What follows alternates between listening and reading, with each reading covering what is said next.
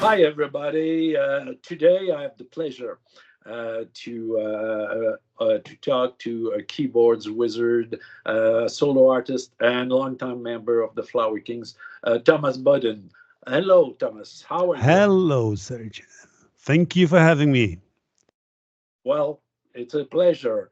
It is a cliche that say that times fly, but still, it has been 10 years since your departure from the Flower Kings. Before getting to the new project, can you tell us a little bit about the how do your musical time was spent during all those years? Well, 10 years, a long time. It took me a couple of years to just find myself after the departure from the Flower Kings. And actually, I made a record 2015. Not many are aware of it. It called "She Belongs to Another Tree," and I really like that album. It's a kind of Jean-Michel Jarre kind of music, but also very weird. And then what more? Well, I had this long, everlasting project called Nosferatu that was how to compose music to a silent movie. And it was like 90 minutes non-stop music. I will never do such big project again. It went on forever. It made me almost cry. 300 tracks in the computer in 1.5 hours. It was awful. But some stupid smuck has to do things like that. So that's me. Sorry for being Thomas. Yes. No problem. For many years and great albums, you were a well-known member of the Flower Kings. Can you just tell us a little about that departure after Desolation Rose album? Yes. Well, to be honest, it was a kind of sad time for me because I remember I sat on the train from Uppsala to my house, and all of a sudden I read on the internet that Flower Kings was going on tour, and I said, "What? I'm still a member in the band, so why didn't anyone tell me anything?" So yeah, that's was the way I found out that Roine didn't want to work with me anymore, and I thought that I mean we had been working for 30 years plus, and I think at least you could expect a phone call saying, well, we have reached the time when it's no more fun, so please, we can go on to different direction. And that would have been okay for me, but it took me really hard finding out this way, but after all, it was the best thing that could have happened because it's true we couldn't keep on working together. We were like two grumpy old men, and I was thinking like this yesterday that can you come up with one band that have had a discussion-free relationship between two dominant persons in the band? No, they will always come to a sort of final stage. We can't work together. I mean, look at Pink Floyd or and now Oasis, the brothers. They will try again. So yeah, yeah, yeah, yeah.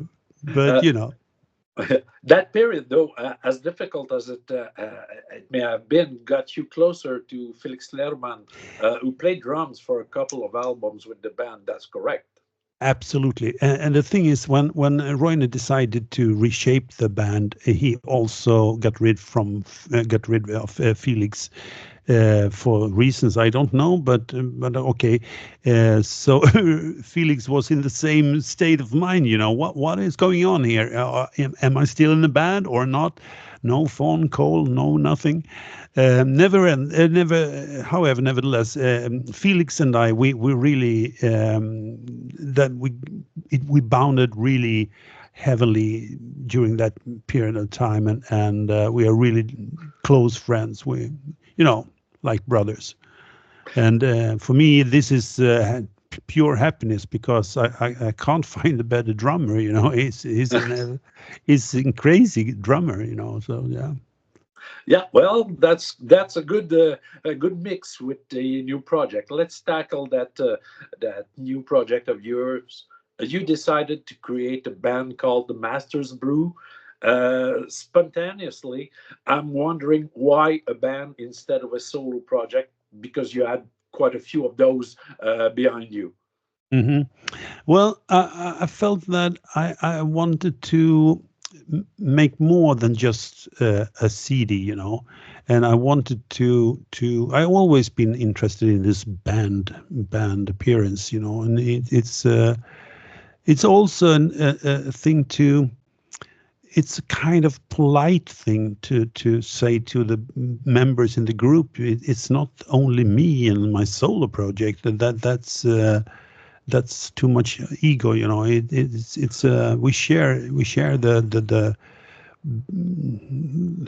every credit there is for this album. It's a effort from all and everyone, you know. Then of course I have been the spider in the web and connect everything to and do the mix and blah blah blah, you know. But yeah, I like it, and already started to compose the music for the next album, and hopefully it will be within a year or something like that. I will actually call Felix soon and talk about finding a spot to record. Yeah. When I read about Masters Brew, I found it really interesting, the spark, the inspiration that lighted that idea of yours. Can you tell us about that curious musical instrument and the TV show that gave you that ignition of the project? Yeah, I guess I'm a bit like Frank Zappa. You know, Frank Zappa always found the inspiration to different songs watching the craziness on TV. Yeah, yeah. This time for me, I was watching this brilliant TV series called Babylon Berlin. It's a German series about the Weimar Republic just before the Second World War, and uh, besides from a great story and great acting, there was absolutely fabulous music, and the music hit me really deep in my soul because it was a mix between German cabaret and you could say Balkan or Eastern Europe kind of folk music. And I also heard an instrument called cymbalon, which is a I think basically it comes from India. I might be wrong, but it's used in music from India, Pakistan, and also in the Eastern Europe. Uh, and this sound I also heard on this Sherlock Holmes movie. Then it was Hans Zimmer producing the music. Anyway, this I love this sound. It's so organic, and it happens to I had that exactly the same samples that Hans Zimmer used in the movie. So I thought that is a good start. So I started compose music with that sound, and that became the song on the album called "The Balkan Bill and the Jets." And it's really a mix between I don't know circus and Balkan folk music, a bit crazy, but I like it a lot. So that was the starting point, and then I had another song called. At that time, I called it Brazil, I think, and it was a sort of bossa nova touch to the music in the 7/8 signature. The beat was 7/8, and this song we used to play with the Barracuda Triangle, Felix and Jonas. And I started to look at that song again, and I thought perhaps rearrange it a bit and So it was the second song I think that we had, and also the song "Driven" was very early in the early stage, and when that song it had an uplifting touch, and somehow I got the main frame for the album at that time. You know, it should be uplifting, it should be positive energy, and it should be folk music in different from different cultures, and no limits here. It could be Africa, it could be Latin, it could be Swedish folk music. And then mix it, you know, the ordinary Bodin mix with a little bit of craziness and a little jazzy, a little prog, and you know, the ordinary stuff. And I think that's the result of everything. Yeah. So yeah. Uh, You're talking about uplifting music and positive vibrations, and I do agree. I find myself coming along that instrumental music, but even in my own way dancing when I'm making some meal at home. I really love that album. Uh, well, classic question, but what's in the name? The Master's Brew. Why mhm, that name? Elixir, the name of the album. mhm. Just a few hints about those names, please. Yes. Firstly, I had an idea about another name called Satin Red, and the reason for that name was a sort of David Lynch vibe, surreal vibe with Twin Peaks, you know, that kind of. And at that time, the music were more art and very weird, as I would say, but eventually that it appears that the name wasn't suitable for the music, and JJ, the guitarist, he said, "Well, we can't have that name. I don't like it at all. Satin Red, come on, remove that name." Okay, and then I started to think about it, and then I came up with this Master's Brew, and it makes sense because I mean, Bitches Brew, the Miles Davis album, is a bit of crossover. It's so yeah, and I also got, when I found the name Masters Brew, it was like finding so many aspects of you know, you can think about the cover art and stuff like that. It was easy to find a good uh, continuation of the album like that graphically.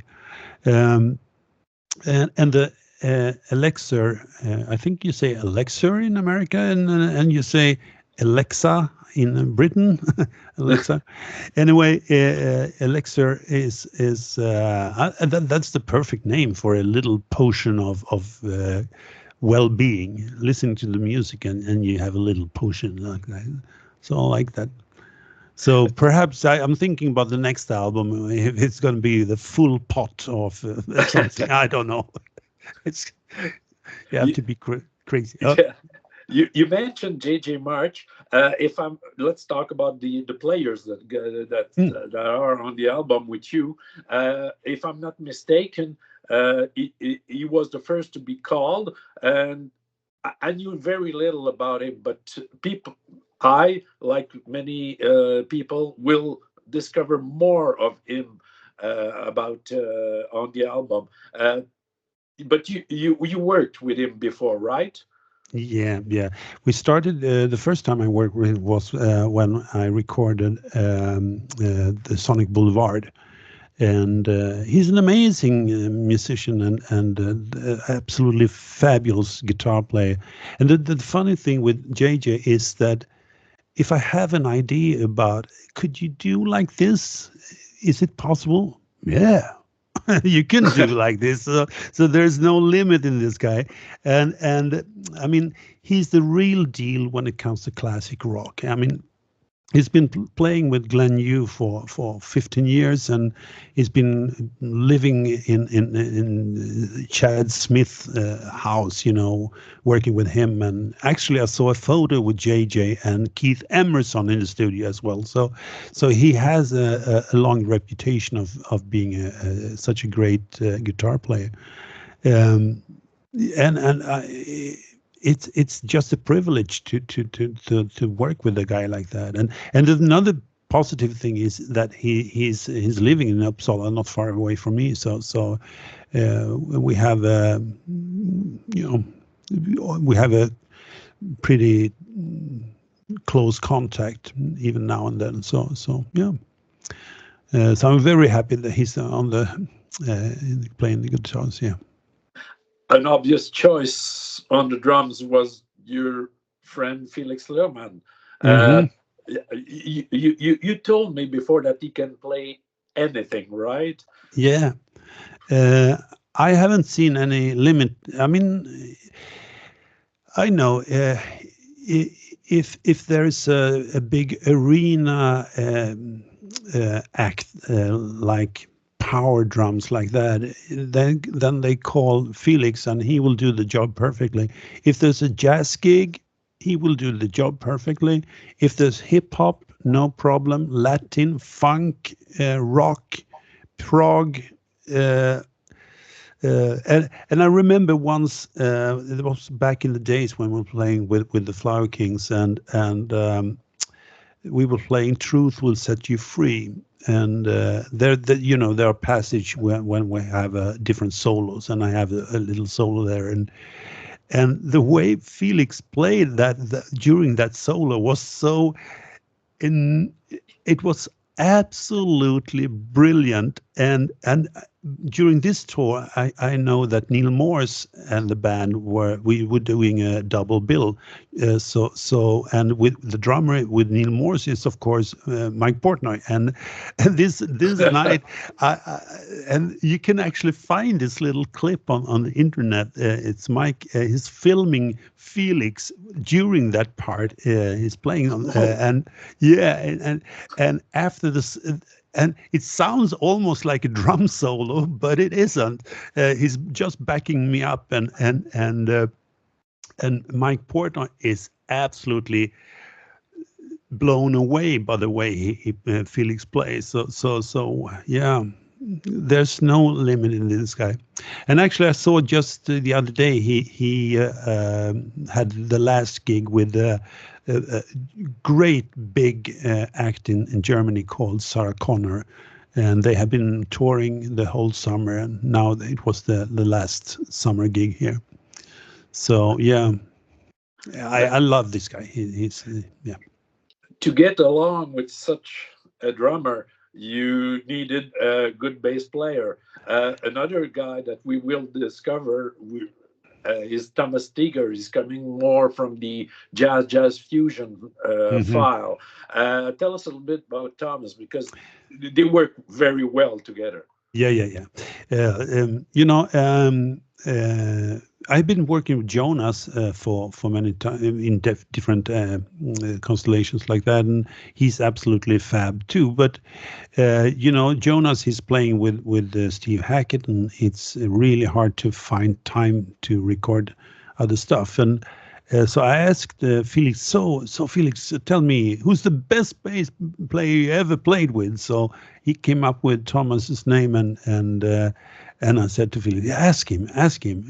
So and he did, and Thomas said yes, and he's a super nice guy and easygoing with just brilliant touch in everything. Also, this is the same kind of professionalism that you can expect from a top player. You can play jazz, rock, funk, everything, and yeah, and the audience should know that he's releasing a solo album. I think on Friday. Called Choices. So if you Google on Thomas Stiger choices, then you will find. And this is very jazz and very moody, but I like it a lot. So take a spin and listen. Mm. You this time you choose to make an instrumental album. Um, is was it clear from the start that it would be instrumental, and will it be that way forever for the Masters Brew, or there may be some vocals added in the future? Uh, for this album, it was pretty obvious that I wanted to keep it within the instrumental domain because I mean I like instrumental albums. I always did, and it goes way back to Weather Report. I mean, it's great albums, and I love listen to Pat Metheny. So that's it works for me, and I know a lot of people that really likes that kind of music. But I also realized that if I want to come out and play live, we really should have vocals because that would make the group even more attractive. If we can have this kind of vibe, the world music, the funky time.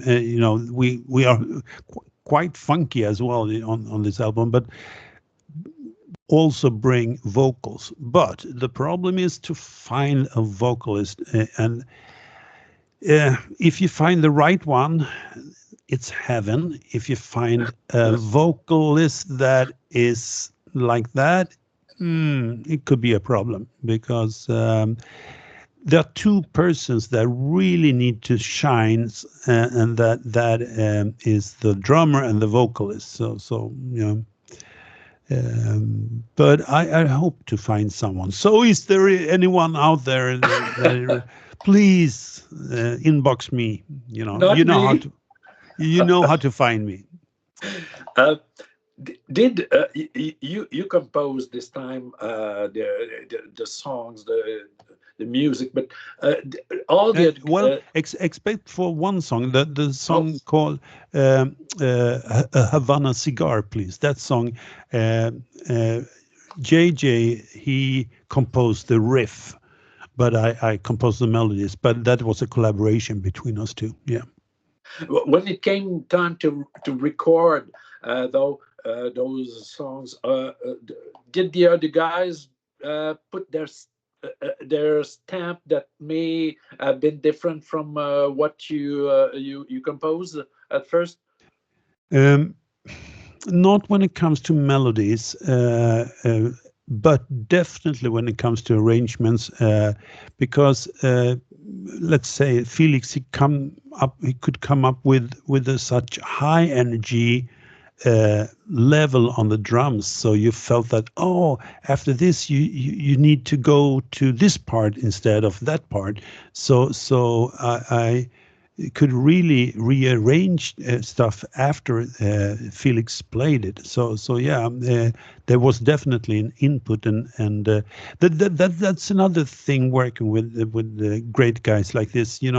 They have a big intuition for what my deep meaning with the song, and they also can put in this little extra energy into this music without me being there, because that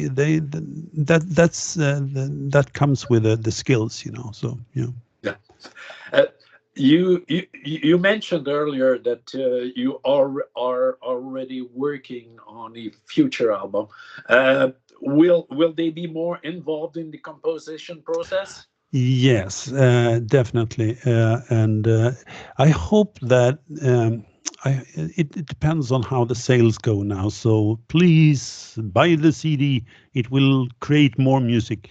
I hope if the sales goes well, I will keep the money for the next album, and if so, I would like us to record in a studio. I know the Flower King's been there before, and you can actually stay in the studio for let's say 5 days, or so you live there, and you record the whole day, and it would be lovely to do it, record in one go, or at least the basic tracks. Yeah. Uh, you talked about many styles of music: Balkan music, bossa nova, funk, jazz, folk, etc. Uh, and they are all present in the album somehow. Little snippets here, longer section there, but to my ears, it's a really coherent album. It does not sound all over the place, although you have all those influences. How was it hard to manage those influences and make them cohesive so that it would sound like a band, not going everywhere, but using the music to create something more? How do you manage to do that? Well, that is the what it takes to produce an album. An album is not, in this case, 12 songs. An album is a soul. It's a common ground that the songs are what's the word, molded from that ground, and they should sound like they are on the same album, because if they don't, it's not an album, it's a compilation, you know. And for me, it's that's the fun part, to really mold the songs individually into a common platform, which is the album. And the final touch, this production thing is the final touch is the mastering engineer. His job is to sound wise make the songs really sound the same. So even if you have different drum kits on different songs, or you have different guitars or whatever, it's the mastering engineer's job to make it sounds like it's an album. So to uniform it all. Yeah. Well, it is a success because it does sound like band effort, and it is wonderful. When you compose, do you have a routine, or some people are, well, will take their cup of coffee and then begin to write. Other people will be inspired by just a ride on the train and then mark things quickly. Do you mix your way of compositions, or do you have a routine? Well, for me, to go into the composition phase, it's really about time. You need to sit a lot in the studio and try out different ideas. Um, and it's I have this little picture, you know. When this is a very good picture, you know, if you put some seeds in the soil, after a while you see very small plants coming up like that, and it's absolutely impossible to say that this plant is will be a beautiful flower and this one will be weed. You have to get rid of it, okay? So you have to let them both grow up a bit until you start to see the shape of it, and then at that time you can decide, okay, I will keep the beautiful flower and get rid of the shit, you know. And this is in another picture is about to, I mean, a lot of people, they have a sensor on the shoulder like this that tell this is not good, this is not good, and it's demanding, and it's not so uplifting way to see upon things. So get rid of the sensor, let it grow, and eventually you will find if it's a good plant or a bad plant, you know.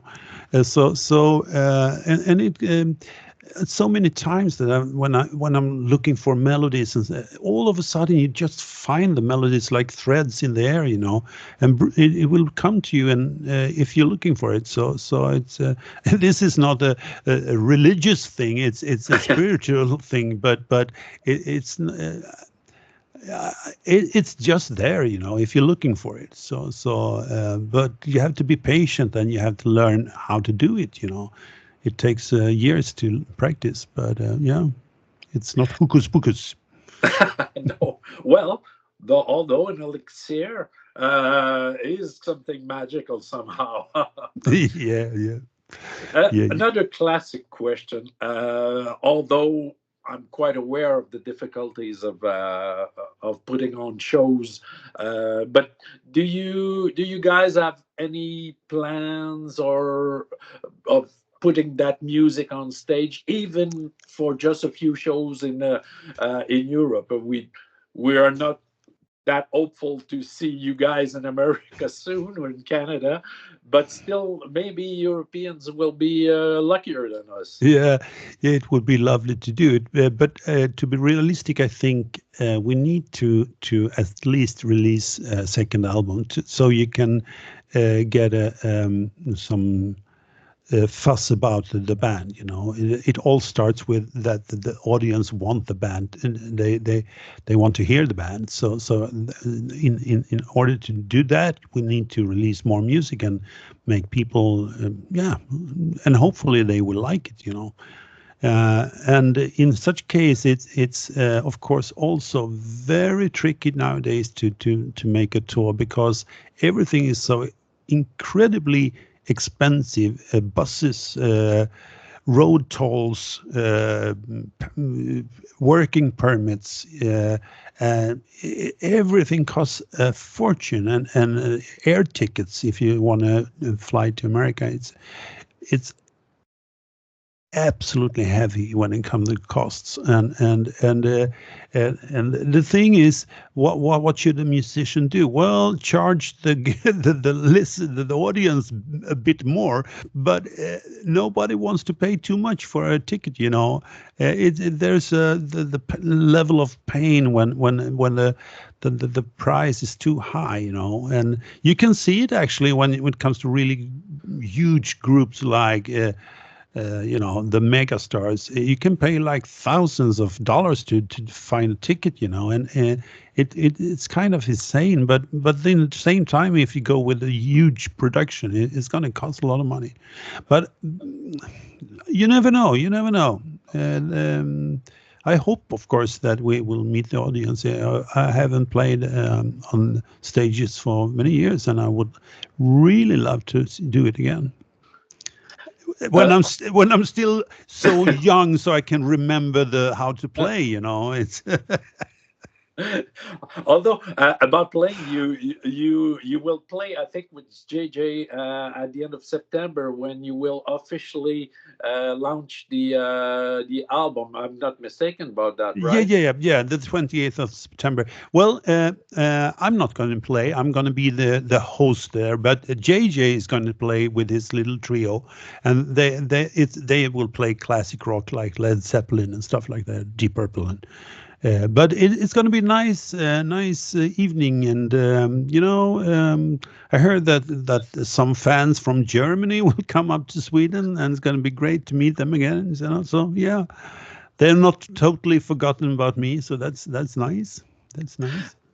Uh, well, uh, Thomas, thank you very much for that beautiful music you're offering us. Um, I do really hope that the sales will be there and that we will have a second album of the Masters Brew. yes. Uh, the last words, my friend, are yours. Uh, tell us how you want to conclude this interview, please. Yes, of course. I hope that people are going to get curious about music and check it out. I have released a single on Spotify, and so you can have a little sneak preview. And if you would like to buy the album, you can go to www.bodinmusic.com. And from the 28th of September, you will be able to buy the physical CD as well as downloads there. And you can use, I mean, the major cards, and you can use PayPal's, and yeah, and everything is run by a very serious company called Stripe, which is standing for pay solutions all over the world. So it's, yeah, it's a secured website in that sense. And we can only begin there and make more music and make people happy. That's a goal, right? Right. So yeah. So, but thank you for having me. Thank you. It was a pleasure. Thank you. Yes.